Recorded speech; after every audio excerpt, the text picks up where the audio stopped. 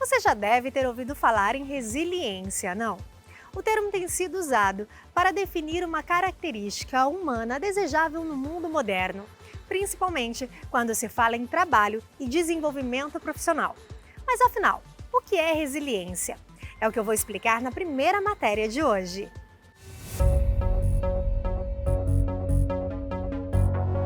Essa é uma cena típica daquilo que entendemos como resiliência.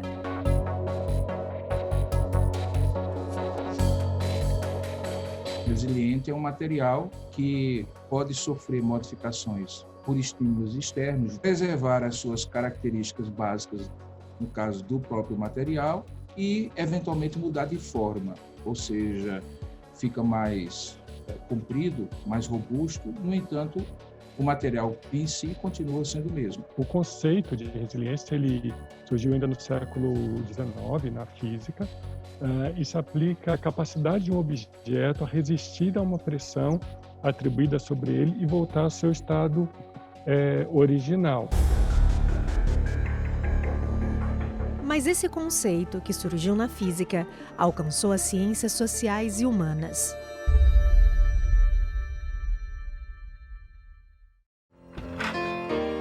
Don't ever let somebody tell you you can't do something. Not even me. All right? All right. Jay says you're pretty determined. Where are you going? Go to the hospital! I'm in a competitive internship at Dean Witt. Essa é uma cena típica de filmes que mostram aquilo que hoje entendemos como resiliência humana. E isso graças à pesquisadora Amy Werner. O conceito de resiliência aplicado ao comportamento humano existe há cerca de meio século, por causa de um estudo realizado pela Amy com quase 700 crianças da ilha Kauai, no Havaí. A psicóloga acompanhou o desenvolvimento dessas crianças que viviam em condições de extrema pobreza e, ainda assim, conseguiram superar as adversidades. Então, essa pesquisadora ela começou a entender que isso era o fenômeno da resiliência humana, que era, diante das mesmas condições adversas, algumas pessoas se desenvolvem, crescem, superam e se transformam ou conseguem uma vida mais plena. A Lisete é doutora em Psicologia Social e docente da Universidade de São Paulo. No Brasil, ela foi pioneira ao estudar resiliência humana e entende esse conceito como uma resposta criativa a situações adversas. Eu vejo uma solução fora da caixa. É uma solução fora da caixa, porque o esperado, entre aspas, normativamente falando, estatisticamente falando, é que essas pessoas se deprimissem ou se sentissem vítimas de uma situação que elas não têm controle sobre aquela situação e se afundassem, falassem: a minha vida acabou. Por isso que eu defino como criativo por causa disso, porque é fora da caixa.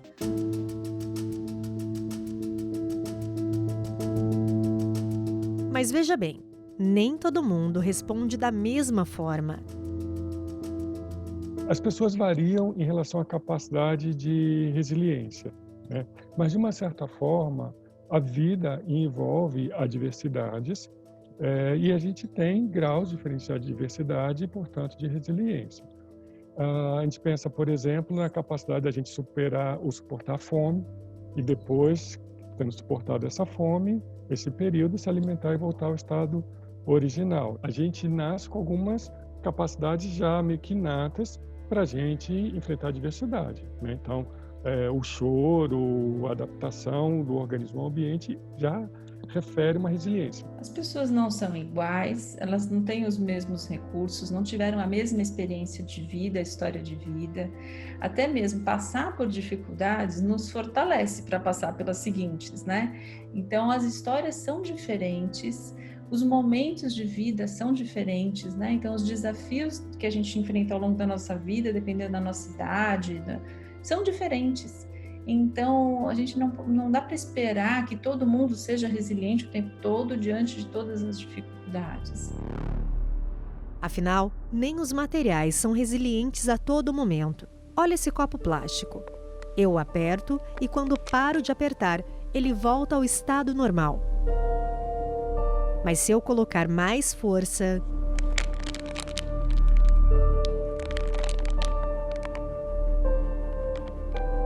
se essa força for muito alta, muito grande, esse copo quebra.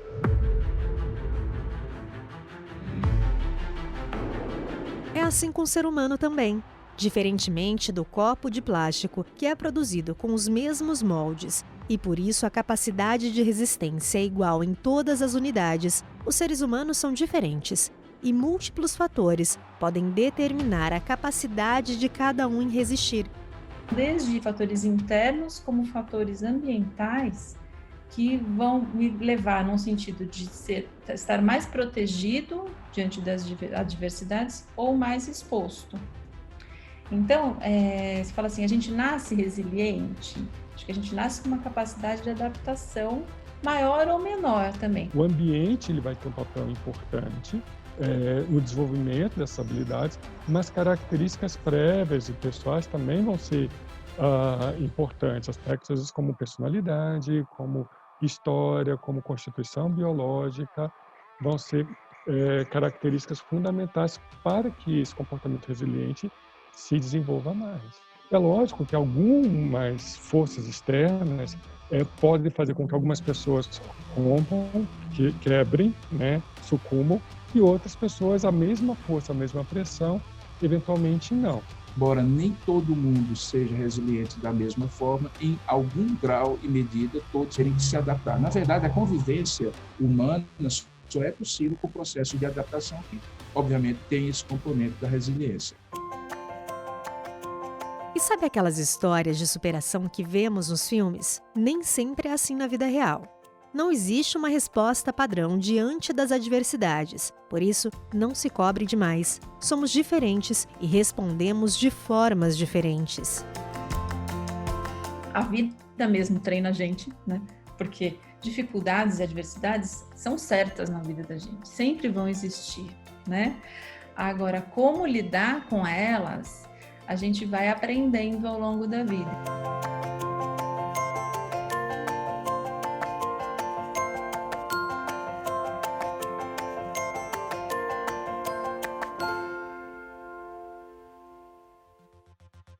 Em 2020, por conta da pandemia, todo mundo teve que se acostumar a ficar um tempo a mais em casa. E algumas pessoas aderiram ao ensino à distância para continuar os estudos. Mas olha, independentemente do isolamento social causado pela Covid-19, essa é uma modalidade de ensino que parece que veio para ficar. É o que a gente mostra na próxima matéria. Estudar e trabalhar de casa virou rotina nos últimos meses. E será que essa adaptação, na verdade, não veio para ficar? Um exemplo é a educação à distância, uma modalidade de ensino que tem sido cada vez mais procurada pelos brasileiros. Só no ano de 2018 foram mais de 8.400.000 matrículas em cursos à distância no ensino superior. A tecnologia revolucionou diversas áreas da nossa vida, o trabalho, o lazer e, pelo jeito, a tecnologia também está ocupando um importante espaço na educação. A gente percebe no Brasil e no mundo uma demanda crescente pelos cursos à distância. Então, isso é um fato, a gente já consegue perceber isso há muitos anos. O número de matrículas na modalidade EAD, ele vem crescendo absurdamente. A região sudeste tem o maior número, concentrando 43% das vagas de todo o país. Já o curso de maior procura é o de pedagogia, são 400.000 matrículas só na rede privada do Brasil. E com tanto crescimento assim, escolas e universidades estão atrás de atualizações e também de alternativas que supram a demanda dos novos alunos. A educação à distância, ela tem um potencial imenso, não é? Nós usamos muito tecnologia na idealização, na estruturação, na condução desses cursos. E como a gente sabe, sempre a gente tem novidades tecnológicas. Para que um curso aconteça de fato, EAD ou não, existe todo um planejamento. Geralmente, o professor programa o conteúdo do semestre e faz a divisão das aulas em semanas ou quinzenas. A diferença no EAD é que as aulas são gravadas bem antes para que possam estar disponíveis a tempo nas plataformas. Isso exige um intenso trabalho de coordenação para adaptar os professores ao universo digital. Existem encontros que são com a coordenação, na recepção no início das aulas, né, que é o primeiro encontro, e depois existem encontros com profissionais do mercado. Mas esses encontros com profissionais do mercado, eles acontecem online. Era algo que era presencial nos polos, mas com a pandemia nós tornamos online e vai permanecer online porque deu certo. Mas como fica do lado de lá, daqueles que escolhem a graduação à distância? A otimização do tempo, a flexibilização da rotina e o contato direto com a tecnologia são algumas das vantagens citadas por quem opta pelas aulas online. Eu comento com meus colegas de trabalho que eu estou cursando logística EAD na Mackenzie e eles sempre me perguntam, né? E aí, cara, qual que é do EAD, né? E minha resposta padrão é sempre EAD é vida. Eu acho que o EAD ele é perfeito para estilos de vida que você não tem muito tempo, certo? Que você não pode se deslocar, você não pode despender ali 4 horas da sua noite, né? Deixando, muitas vezes, filho em casa, esposa em casa, marido em casa. Então, o EAD se encaixa perfeitamente nesse cenário. E ainda existem os chamados cursos híbridos, que mesclam o formato remoto ao presencial, proporcionando assim os dois formatos de interação entre alunos e docentes. Quando a gente fala em EAD, esse nome já está até um pouco antigo, viu? Porque EAD, né, educação à distância, que distância é essa que a gente está falando? Então, será que a educação à distância é à distância mesmo? Será que a tecnologia não serve para nos aproximar? Esse D de distância, da educação à distância, pode ser entendido como educação digital.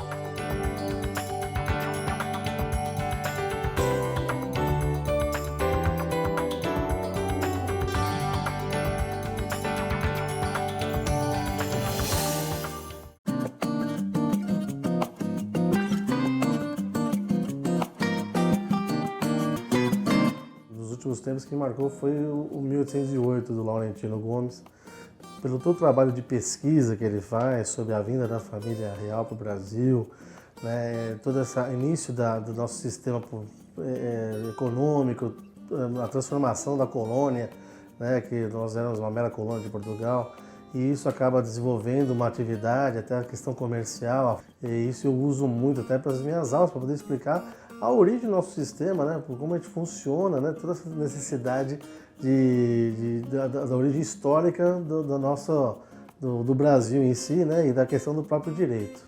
Vale muito a pena a leitura das outras obras também, 1822, e tem várias dentro do grupo, né, do pacote que ele criou aí, com muita pesquisa, com muito requinte de material para você poder estudar e entender as coisas como ocorreram na época.